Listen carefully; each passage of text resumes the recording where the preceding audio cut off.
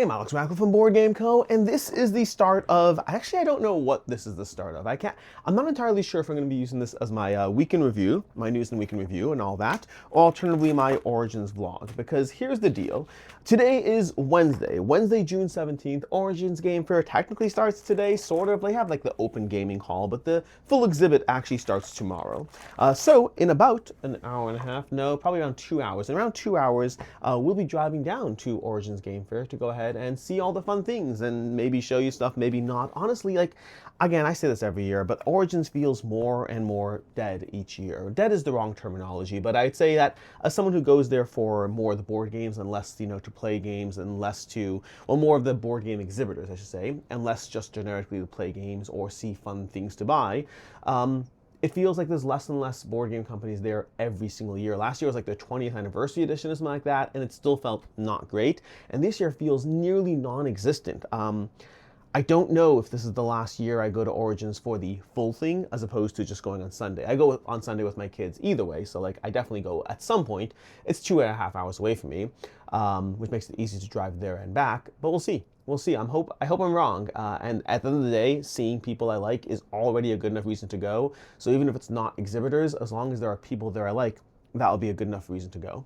Anyways, I'm getting sidetracked. The point of this is setting up Ringo right now. We're doing a preview of Ringo shortly. So played this 2 days ago, doing a preview shortly, the upcoming crowdfunding campaign, because I am trying to ship it out before we leave. So timing-wise, so we have 2.5 hours to get things going. I'm gonna get going on this, and we'll see you throughout the day as we prep, grab coffee, head on the road, and slowly make our way towards Origins. Fine to be there, but when he jumps over, It's whatever ones are already there. Yeah, I think we were doing that wrong. I wasn't. Yeah. I'm gonna try to keep this fairly short because I'm going on a, fairly short walk to get coffee. But anyways, the last game that we ended up playing at the All Play Media event was a game called Imps, which is this Mancala Rondel style game, which I may have said yesterday, I don't remember.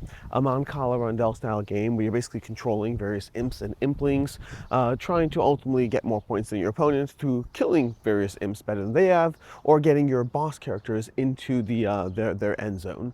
So Mancala adjacent, lots of abilities. Think Mancala with abilities. That's kind of mostly what it is. But it was decently fun. I think my initial thoughts on the 3 games would be that Wild Berries, and this is after 1 play each, mind you, so take them with a grain of salt, but Wild Berries I think was light and charming and simple, like an easy game. My kids would love it. I think it's very accessible, but I think ultimately for me, I definitely prefer, well, again, based on 1 play, definitely prefer more interesting systems as far as the choosing of the various things that give you points. Meaning I love games that give you point combinations and you have to try to figure out the optimal way to gather points. But I think that the drafting system was a little too easy for me, a little too basic for me in Wild Berries. Then there was Kabuto Dice, Kabuto Sumo Dice. That one I really enjoyed, but I really enjoyed it with the caveat that it's like a light dice chucker. So I am curious, like that's the kind of one that I want to get it, and I want to see how often it hits the table, how often do I play it, how often do my kids want to play it, things like that. But I liked it. It's just what comes with the caveat that it's definitely on the lighter side. So is it good fun for a little bit or for a longer time? Don't know yet. And the last one, Imps, is the one that I'm least certain of. Definitely had the highest strategy value, but also at the same time, it felt a bit overwhelming at first. But I did enjoy that Meg was kind of watching the game.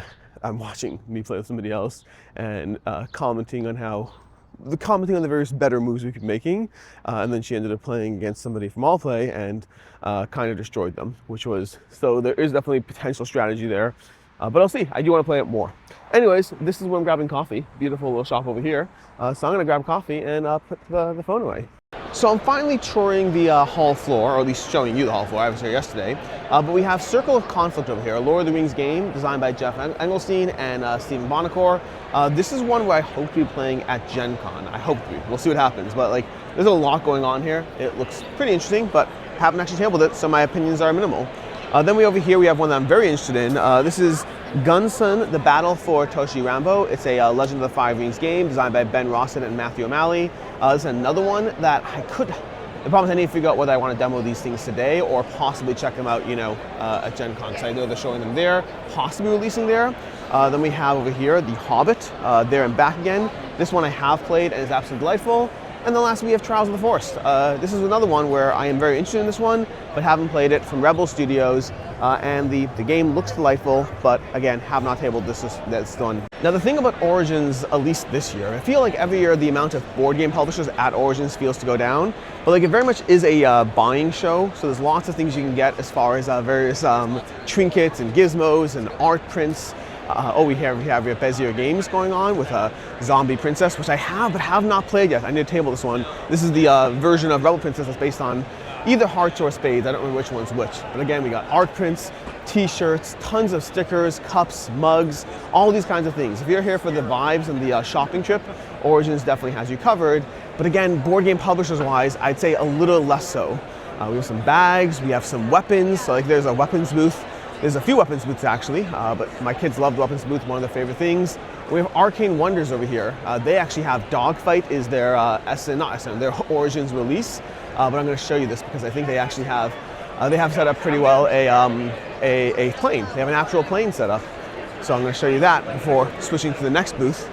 But over here we got Robert, Robert from Arcane Wonders, taking little shots with various fans of the plane that I believe he built it in his basement, and now he's hanging out over here. So we got the Dogfight plane. Here we have Capstone Games. They have Pirates of Maracaibo Bermuda Triangle, which I actually need to grab before I can't, because I love Pirates of Maracaibo. They have a few other ones. They have Falling over here. They have Tea Garden, the expansion for Tea Garden, which I do have, so I need to play that. Pawnscape, Up or Down. So there's a lot of games from Capstone. They have put out a ton of things. They have a lot of things from Thomas Hellick, that designer SETI, who I think it's funny. He does a ton of work with Capstone, but he's still probably most known for SETI. But is this one a Thomas Hellick game? No, this one is not. This is Rising Cultures. They have more Rising Cultures around the corner.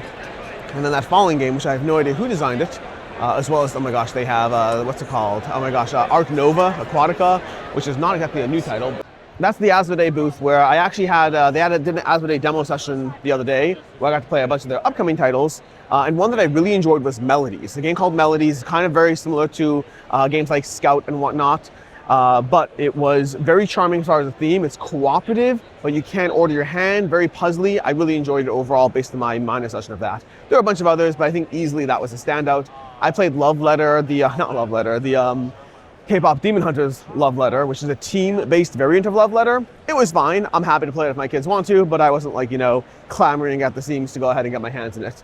But they had a bunch of other titles that were all pretty interesting, but I think easily my standout personally was Melodies. I picked up a few games from a few booths. I grabbed Bunny Kingdom Duel.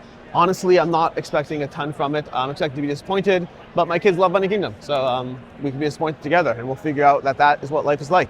I also grabbed a Three Sisters Harvest Edition because someone was kind enough to point out that it's not just a artwork change, it's also a campaign mode. There's a whole campaign mode in it. By the way, here we got a bunch of CGE stuff at the booth. So we have a bunch of deluxeified components going on.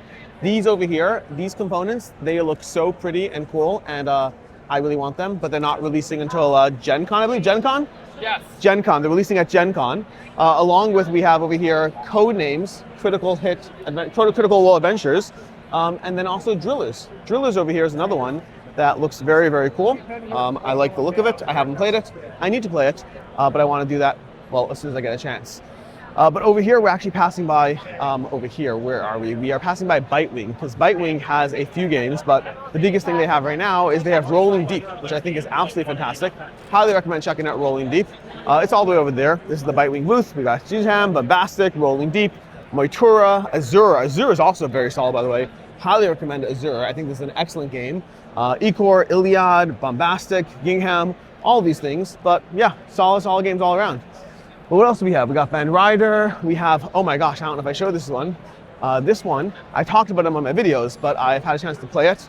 Maybe I had a chance to play it by the time I did the video on it. But over here, I'm just going to show you the Confusing Lands. Confusing Lands is absolutely fantastic. Highly recommend playing it if you get a chance. That is the new one over here. We have regular Confusing Lands, and then we have Icebound Isles, as well as Castles of Cucumbers, but I haven't actually played that. I just know the guy who designed it, but I still haven't played it, so there is that. That's another small smattering. Because honestly, I don't know how much more of the hall will do. There's a lot to see, as you can kind of scan as you do that. But there's not a ton of board game stuff out there. There's a decent amount. I showed you the Plane from Arcane Wonders. There's a decent amount, but there's not the same level as what I'm used to seeing. Origins definitely feels like there's less board game stuff every year, but there's a lot of fun things. So I'm excited to go through all the things for my kids, especially whether it's weapons. I talked about this already. I'm doing this again. I'm looping. The problem is, from your perspective, this is 3 seconds ago. From my perspective, this was the morning versus the afternoon. So I've forgotten all the things that I already talked about. Ooh, these, by the way, speaking of things that are fun, these, they're $5 a piece over here, so you do have to kind of like want them. But they are basically a lot of cool minifigs over here. It's like, I think it's 4 for 20 or something like that. But there's a ton of different IPs, Shovel Knight, things you can get. Lots and lots of fun things. So if you like Lego miniatures, that's definitely something you could check out. I don't know, what else do we have? Gamehead. Gamehead, I'll show you Gamehead. So Gamehead has a bunch. This actually, I'm managing to find some of my favorite stuff over here. Because Confusing Land's one of my favorite things at the show, but also Size-Wise. Size-Wise is so much fun. I grabbed a copy. Size-Wise is over, I want to see over here. I don't even know if they have a copy. Oh, they have, nope. I think they might be sold out. They have Pet Quartet. Pet Quartet is another one that I'm very interested in. This is basically Colorado adjacent. So if you've played Colorado, this is very similar to Colorado. There's Wild Magic is another new one from them. They have Friendly Fishing is very fascinating. If you like team-based games, I highly recommend checking this one out. Then some of their older games are Corgi Pile Up, as well as Foolish Fool, No Loose Ends. There's a bunch over here. But size-wise, it does look like they are sold out, unfortunately. So if you missed it, you missed it. Well, I guess it's time to actually get to the news and week in review part of the news and week in review. News-wise, I don't have a ton of things. There were a few things that, there's stuff at the show. I guess we'll do the show part. Let's start with the show stuff. The show stuff, there was obviously a bunch of things I've already talked and show you about. There's that Harvest new edition. There's the Confusing Lands. There's all the Gamehead new games. So there are a bunch of smaller new things. Smirk and Dagger had 4 new games that they released. But again, none of them are like big heavy hitters. They're like a bunch of like, hey, here's some new stuff to get your hands on in case you're interested. Heavy hitter wise, I'd say things are being showcased more. CGE, I showed you 2 games that they have coming up, but again, even those, they haven't been showcased at the first time at Origins. They just happen to be at Origins. So not a ton of, big announcements. There was an announcement for Dune Imperium. So Dune Imperium has a new expansion coming, both for regular Imperium as well as for Uprising, and that is Conspiracy. So Conspiracy is coming up. There's a new Buttons and Bugs game. That's the Cephalofair, the Gloomhaven small box game. So there's a new Buttons and Bugs, Pub Crawlers, I believe it's called. And then something that's interesting, and this is one of those things that I haven't seen anywhere on the internet, so I haven't seen this validated, but it's one of those things that tons of people have been talking about as if it's happening. So this might be the first time you're hearing about it. I don't know. It just seems to be going around in the halls. Lots of people are talking about it, but the internets are not, which is very weird for me. I tried going on Reddit to find something. I couldn't find anything. So take this with a heavy grain of salt. But I heard rumors that there's another PAX Unplugged coming. Don't know the details. The things that kept on being passed around are Texas or Houston. I can't remember which one of those things, but Texas or Houston, and then June. So PAX Unplugged is going to be having a second convention in June. But again, this is like, take this with a heavy grain of rumor, not necessarily fact, because I heard competing things, I heard different things, I heard different locations. One person said that they were moving PAX Unplugged and not putting a new one, but most people said that there was a new one. So take it with a heavy grain of salt, but there might be another PAX Unplugged to have on your radar for 2027. We'll see. If it does happen, I will 99% be there, because trying out new conventions the first time when all that hype and excitement is there is definitely a big thing. But then how well it goes after that is a question. And PAX Unplugged, the first PAX Unplugged, I wasn't there myself, but it definitely is one of those things that conventions get better over time generally. The first convention is just getting your feet wet, learning the ropes of the ins and outs, the nuances of that new location, because obviously PAX has done a ton of conventions, they have the expertise, but you still have to learn the ins and outs, you still have to learn the ropes of the new places. But anyways, that's as far as what I have for you on the news side.